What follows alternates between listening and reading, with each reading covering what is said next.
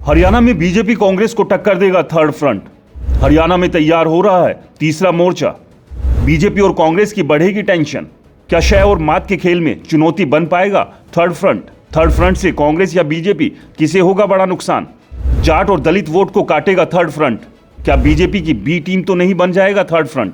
हरियाणा की राजनीति बिल्कुल क्रिकेट वर्ल्ड कप जैसी हो रखी है। वही T20 वर्ल्ड कप जो अभी अभी भारत ने जीता है, लेकिन इस टूर्नामेंट में एक मोड़ ऐसा भी आया जब बड़ी बड़ी टीमों को आगे बढ़ने के लिए छोटी टीमों की हार का इंतजार करना पड़ रहा था। अब आप सोच रहे होंगे कि क्रिकेट वर्ल्ड कप का हरियाणा की राजनीति से क्या लेना देना। तो जनाब आपको बता दें, इस गणित का आज से नहीं हमेशा से ही राजनीति से लेना देना रहा है। चलिए आपको बताते हैं कि कैसे, और साथ ही साथ थर्ड फ्रंट की चुनौती के बारे में भी समझाते हैं। दरअसल हरियाणा लोकसभा में 5 सीटें जीतने के बाद से कांग्रेस का जोश एकदम हाई हो रखा है और फिलहाल के हालात और आसार की बात करें तो कांग्रेस हरियाणा जीतती दिखाई दे रही है। अगर इस बीच कोई बड़ा खेला नहीं हुआ तो बस उसी खेल का बीजेपी इंतजार कर रही है। बीजेपी अपनी जीत की रणनीति बनाने के अलावा इस उम्मीद पर भी है कि जो जाट और दलित वोट बैंक उनसे छिटका हुआ है, या तो वो किसी तरह से वापस आ जाए, जिसकी फिलहाल कोई उम्मीद नहीं है, या फिर इसके अलावा इस वोट को कोई और कांग्रेस के पास जाने से रोक ले। अब अगर ऐसा हो जाता है तो बीजेपी चुनाव के खेल में वापसी कर सकती है।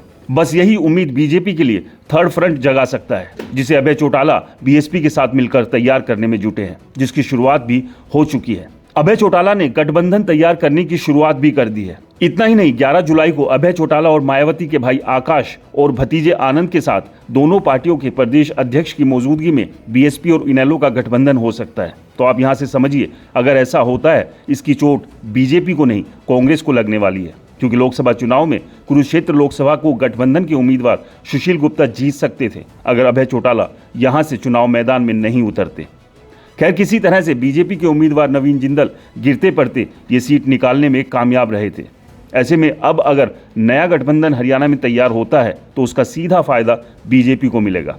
इस तीसरे मोर्चे में कोई बड़ी बात नहीं है कि आम आदमी पार्टी भी शामिल हो जाए, जो जाट और दलित के अलावा शहरी वोट को कांग्रेस के पाले में जाने से रोक सकती है। यानी ये मोर्चा अगर तैयार होता है तो इस बात की संभावना ज्यादा नहीं है कि ये मिलकर सरकार बना सके, बल्कि इस बात की उम्मीद प्रबल है कि ये वोट कटवा मोर्चा साबित हो सकता है।